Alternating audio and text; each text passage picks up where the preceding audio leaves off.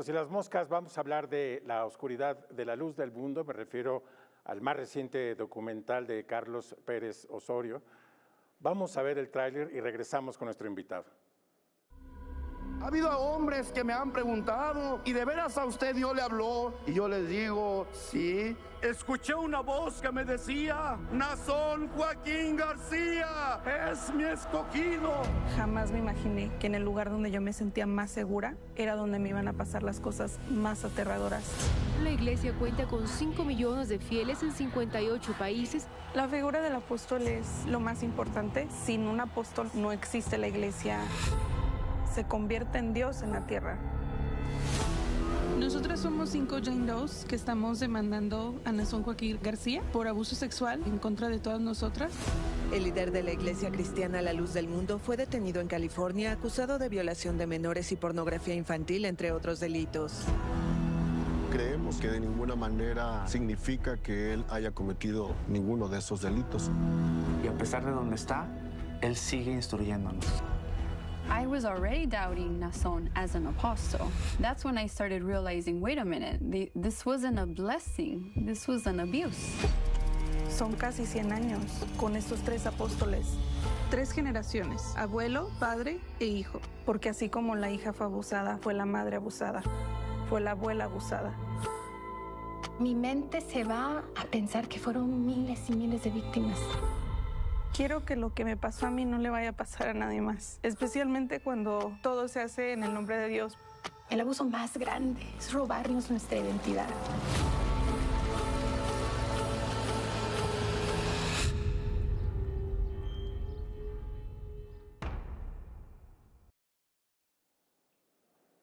Pues estamos de regreso y en el estudio me acompaña Carlos Pérez Osorio. Carlos, me da muchísimo gusto tenerte aquí. Quiero decir públicamente que además soy gran admirador de un documental tuyo que es Las 3 muertes de Marisela Escobedo. Me parece uno de los documentales más relevantes, tanto por la investigación periodística como para conocer también el tema de las desapariciones. Y ahora estás con este documental sobre la luz del mundo. Cuéntanos, ¿qué cuenta el documental? ¿Qué historia cuenta? No, pues muchas gracias, Guillermo, por tenerme aquí.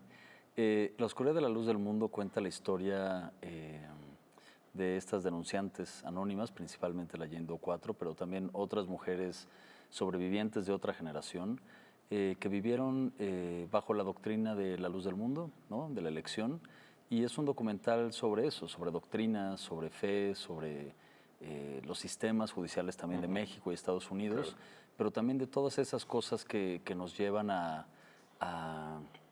las cosas que perseguimos, ¿sabes? Como pertenencia, como comunidad, amor y todas las decisiones que tomamos para conservarlas. En parte de tu trabajo, digamos, hay que contar la historia, pero también al contar la historia, como dices tú, hablas de muchas de las deficiencias de los sistemas judiciales o de los casos pendientes. En el caso de Marisela Escobedo es sobre todo muy grande, pero en el caso de La Luz del Mundo también hay una falta, digamos, de justicia, hay un anhelo de justicia de parte de todas las víctimas y una distancia entre lo que pasa en Estados Unidos y lo que pasa en México, y aún en Estados Unidos parece insuficiente lo que ha pasado con el líder de La Luz del Mundo, que está acusado de estos terribles crímenes de abuso sexual. Claro, es muy interesante eso porque así concebimos la película, después de terminar Las 3 muertes de Marisela Escobedo y con todo lo que nos quedamos, ¿no? Como pendiente de justicia, ¿no? Nos dimos cuenta también lo lejos que llegó el documental y las preguntas que podía hacerse y las reflexiones que se podían tener acerca del sistema de justicia aquí en México. Y Laura y yo estábamos platicando, antes todavía del lanzamiento, ya habíamos entregado la película, pero estaba unos meses de lanzarse y queríamos seguir trabajando juntos, queríamos ver en qué andábamos cada quien para ver qué hacíamos, y coincidimos en que los dos estábamos siguiendo el caso de La Luz del Mundo. Acaban de arrestar a Nazón, entonces coincidimos, todavía estábamos encerrados en pandemia, entonces estábamos platicando por Zoom, y coincidimos que queríamos saber por qué este líder estaba siendo arrestado en Estados Unidos, cuando era un líder de una iglesia mexicana.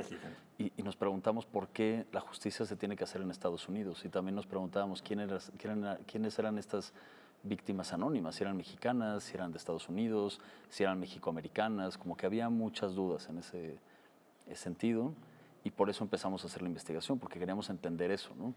Nos dimos cuenta que aquí en México pues no ha habido justicia en las cosas que se han denunciado, eso ha generado mucha desconfianza para seguir denunciando, y en Estados Unidos también nos dimos cuenta que aunque sí lograron pasar las denuncias, se arrestó a Nazón y se iba a enjuiciar, la Fiscalía cometió muchos errores y Nazón salió con una sentencia muy baja. Desde mi punto de vista muy baja para lo que debería de ser, ¿no? Claro. Considerando otros casos alrededor que tuvieron sentencias mucho más largas. Bueno, y además recientemente leía en el Universal que las dos de las investigadoras que participaron en el documental dicen que podría incluso salir antes, claro, ¿no? Por buen comportamiento, en fin, lo cual dejaría a las víctimas en un estado de indefensión tremendo, en fin. Sí, totalmente. Ellas, con todos los 16 años y 8 meses que le dieron de sentencia en Estados Unidos, ellas no sintieron que se hiciera justicia. Que se hiciera justicia, ¿no? Y apunta también la abogada, Jonati Yedidson, con quien tenemos una relación cercana, apunta que es porque la Fiscalía no se lo tomó en serio, porque son latinas, porque son una minoría en Estados Unidos. Claro, lo compara con Nexium y dice, ellas son blancas. En efecto, si las víctimas hubieran sido unas norteamericanas blancas, hubiera causado más impacto en la opinión pública en Estados Unidos. Por supuesto. Y tal vez mayor presión para el juez, ¿no? O para la justicia. Totalmente. Una de las cosas que tanto tú como Mezcla, la productora, hacen es que siempre hacen unas investigaciones exhaustivas que duran pues 1 o 2 años y que dejan seguramente unos folders llenos de información. Bueno, cuéntanos de esa investigación y cómo se hace, porque creo que el público tiene que entender que estos documentales pues, no se cuentan en 6 meses, ¿no? Claro. Hay que hacer una investigación que dura mucho tiempo, que cada dato esté sólidamente respaldado. ¿Cómo fue la investigación? Sí, pues es una investigación de 3 años, prácticamente, es mucho tiempo. Pudimos regresar al equipo de Marisela Escobedo, con el que trabajamos muy bien, ¿no? O sea, nos integramos todos en el equipo, ¿no? Increíble. No solamente Carla Casillas y Alejandro Melgoza, que fueron los investigadores principales, ¿no? Los líderes en las investigaciones de Marisela y La Luz del Mundo. Acá sumamos a Eugenia Coppel, también desde Guadalajara, que fue fundamental, ¿no? Y Lau y yo nos involucramos mucho en la investigación, en todo el proceso. Entonces, con este equipo ya sólido, ¿no? que nos cuestionamos todo el tiempo, ¿no? Que nos estamos haciendo preguntas todo el tiempo, luego hasta nos peleamos, ¿no? Porque nos importa mucho lo que al final va a salir. O sea, cada decisión que se toma también a nivel de dirección tiene que ver con la investigación. Claro. Con Marisela Escobedo fueron miles y miles de hojas de expedientes. Con La Luz del Mundo también fueron muchísimas hojas, ¿no? Se abrió pues toda la investigación de la UIF, por ejemplo, ¿no? Alejandro Melgoza hizo un trabajo finísimo con todo eso y también con lo que pasó en Bellas Artes, ¿no? Para entender realmente qué había pasado ahí. Y pues de ahí parte todo nuestro trabajo, ¿no? De una investigación sólida, de una corroboración de datos, de testimonios, de fuentes que, como tú dices, a veces no se ve en el documental, pero cada decisión que tomamos en dirección y en producción tiene que ver con la investigación. Sí, sí, solamente para dar este ejemplo de Nazón en Bellas Artes, claro. Él organiza un cumpleaños, ¿no? Sí. Y renta a Bellas Artes. Claro. Y entonces se ven unas imágenes muy sorprendentes, luego lo haremos del archivo, claro. En donde él está ya perfectamente encumbrado en medio del Palacio de Bellas Artes, aplaudiéndose a sí mismo, con un Palacio de Bellas Artes lleno y todas las dudas que eso generó en la prensa. Claro. Pero en el documental pues ocupa un minuto, ¿no? Es decir, y seguramente pues eso está respaldado por hojas y hojas de investigación y seguramente también por por horas de video. En fin, siempre me impresiona mucho ese trabajo que hacen de investigación. Hablemos de las víctimas. El documental está, como dices tú, basado en el testimonio de 4 víctimas que han decidido no dar la cara, y se les nombra con un seudónimo, Jane Doe. Y con una víctima que en el documental lleva un peso muy, muy, muy fuerte, tiene una carga emocional muy grande, que es Karen. Karen León. ¿Cuál es el apellido de ella? León. Cuéntanos bueno, no son las únicas, hay más, pero cuéntanos de la perspectiva de las víctimas sobre este tema. Claro, pues era muy importante, ¿no? Como escuchar a todos los que pudiéramos, ¿no? Incluido la iglesia. Pero sí, la perspectiva que íbamos a agarrar era más de los testimonios de quienes no habían sido escuchadas durante mucho tiempo. Son 5 Jane Does demandantes. Decidimos junto con la abogada que fuera quien fuera la voz de las 5, ¿no? Por términos narrativos y también porque ellas están en medio de un caso civil y es complicado. Cualquier cosa que digan o lo que sea puede ser requerida por la defensa, entonces teníamos que cuidarnos mucho, ¿no? Okay. Ellas nunca habían hablado con nadie de la prensa, ¿no? Había mucha desconfianza, por supuesto, ¿no? También por todo su contexto, pero también por cómo se ha manejado el tema, ¿no? Con mucho morbo y mucho así. Bueno, hasta las redes sociales que también normalmente acaban revictimizando a totalmente. muchas de ellas, ¿no? Y mismas redes sociales de miembros de la iglesia, que no son las redes oficiales, pues también les generaban miedo, ¿no? Entonces fue una construcción de confianza poco a poco desde la sentencia, para que poco a poco nos conocieran y supieran ellas quiénes éramos nosotros, ¿no? Tanto Ivonne, Laura, yo y bueno, el equipo, pero también que nuestra intención era darles agencia en lo que querían contar, ¿no?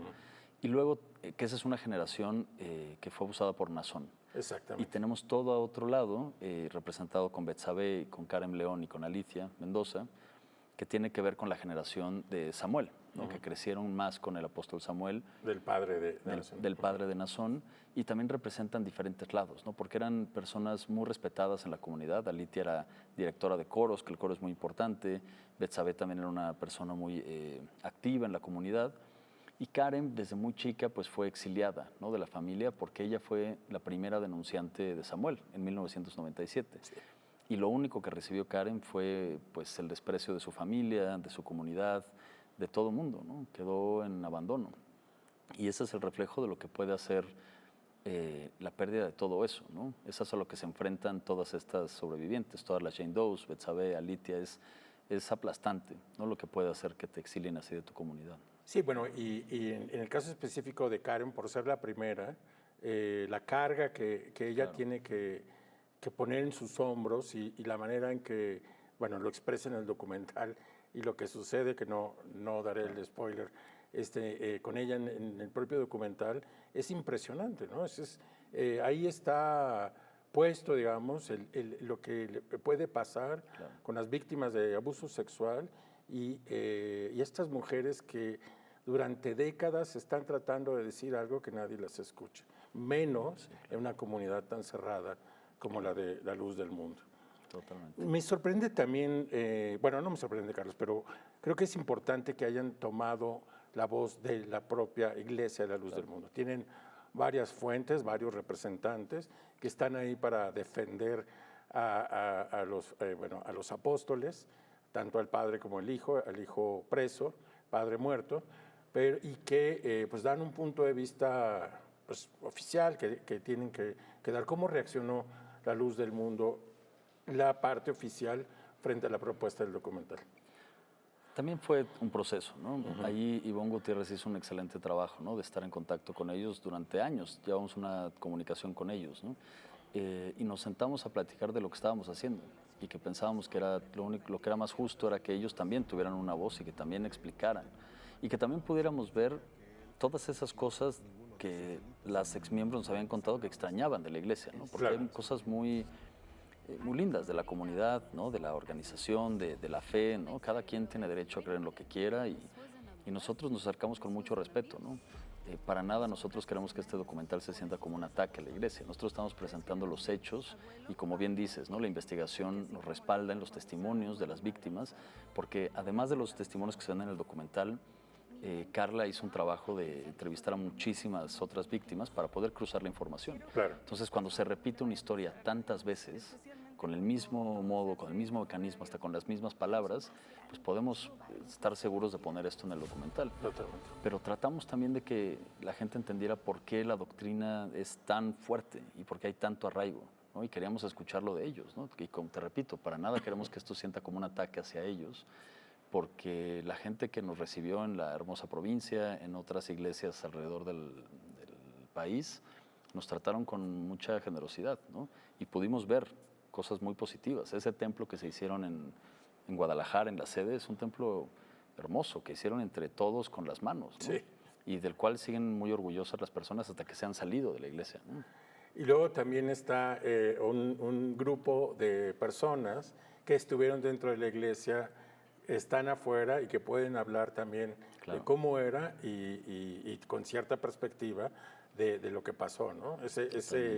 Esos testigos también representan un testimonio muy, muy válido.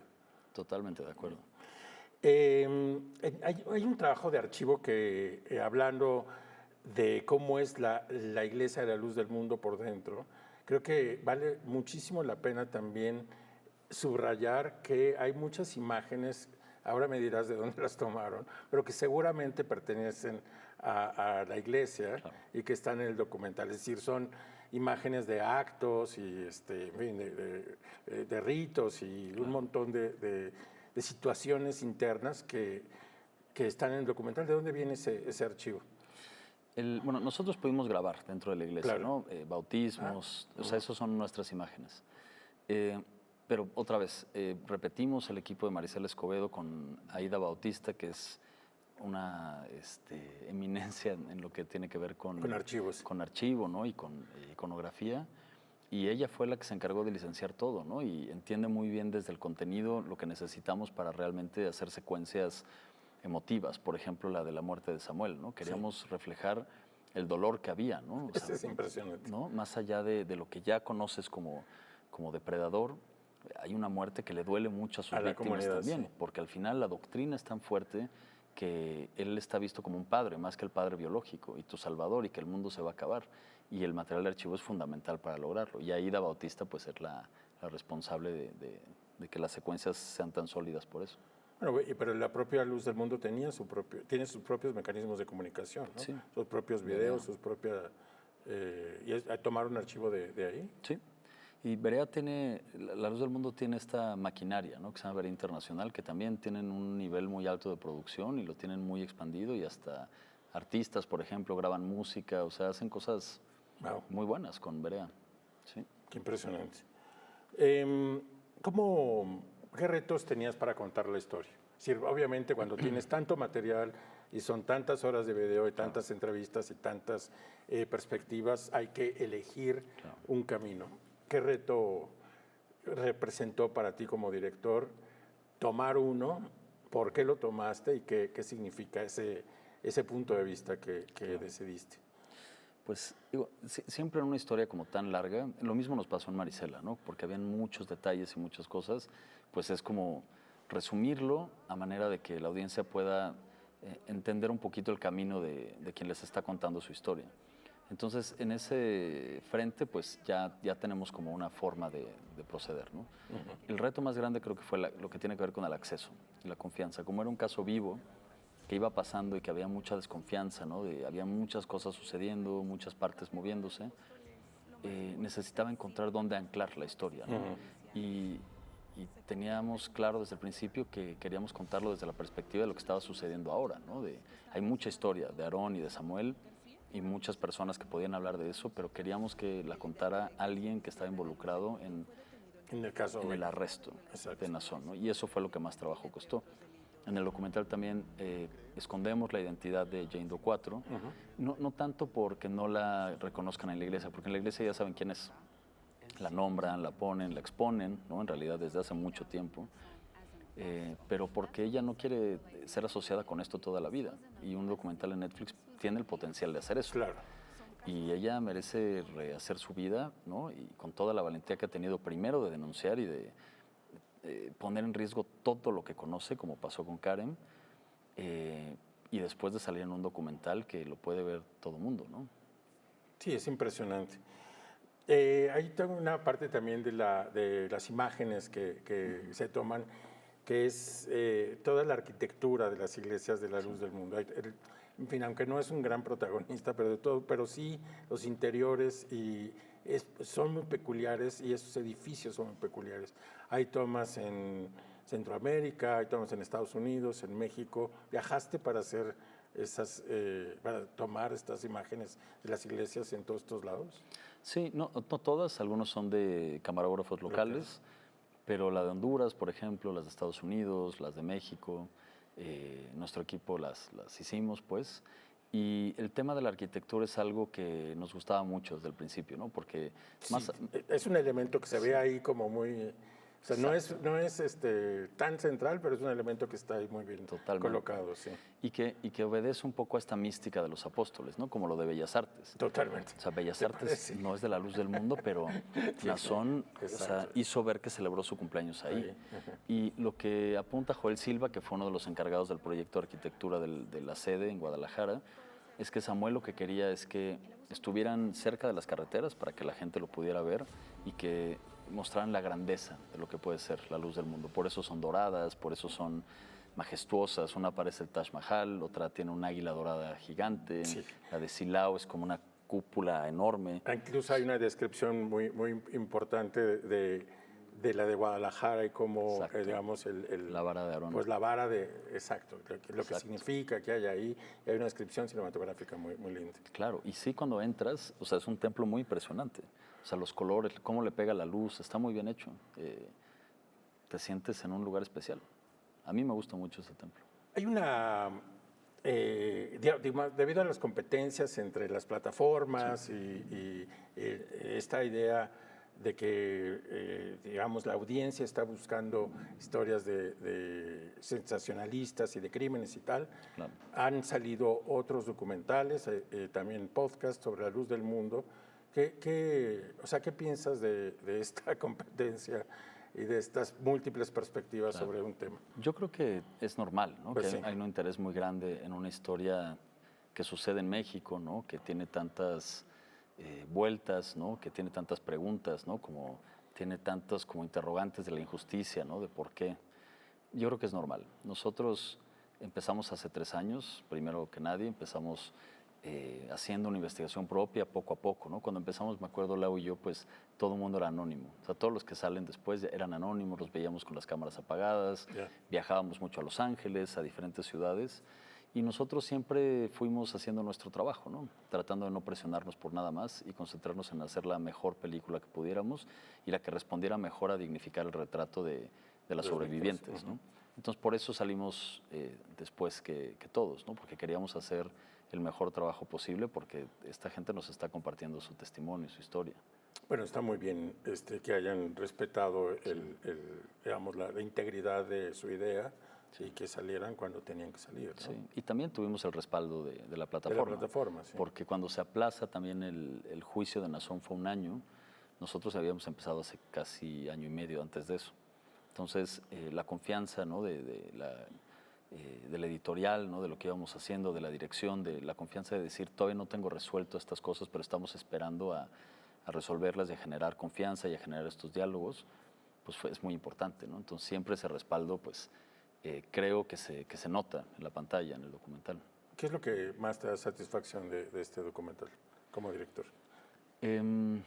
Lo que más me da satisfacción es que lo pude ver con las Jane Does, ¿no? En Los Ángeles, y que ellas se sienten representadas y que se sienten tranquilas con que su historia la puede escuchar mucha gente, porque en el juicio hay una parte donde el juez, además de no poder hacer mucho, no poder hacer nada en realidad por ellas, lo que le estaban pidiendo, ella les dice que el mundo las había escuchado. Sí. Pero ellas no sintieron eso ese día. Sintieron que más bien las callaron y que no les preguntaron. Y con el documental creo que se sienten más escuchadas. Y eso para mí, como documentalista y como persona, es lo más importante. Ya quiere decir que, bueno, el momento más catártico del documental está en ese momento en donde ellas están dando su testimonio frente al juez y donde te das cuenta que esa justicia queda todavía a deber. ¿Qué aprendiste? ¿Qué aprendiste en este proceso?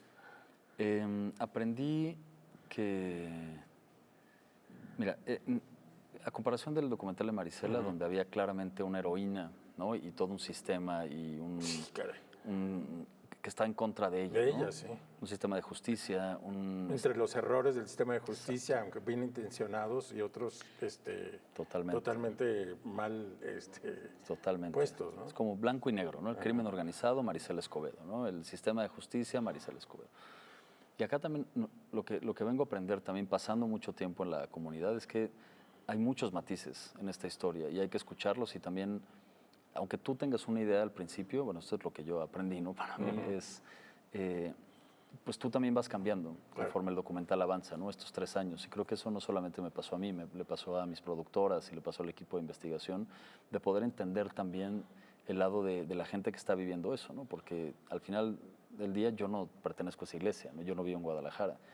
Entonces, dejarlos hablar, escucharlos, las dos partes, pues nos podemos dar podemos ser un poco más empáticos con los dos lados, ¿no? Y dejar que los hechos y los testimonios hablen por sí mismos. Y tal vez hay gente que ve el documental de muy diferentes maneras, ¿no? Entonces, yo creo que eso, ¿no? La flexibilidad de poder ir cambiando sobre la marcha. Pues muy bien, Carlos. Muchísimas gracias por estar aquí en el programa. Y a nuestra audiencia decirle que nos vemos aquí el próximo sábado a las 7:30 por Si las Moscas.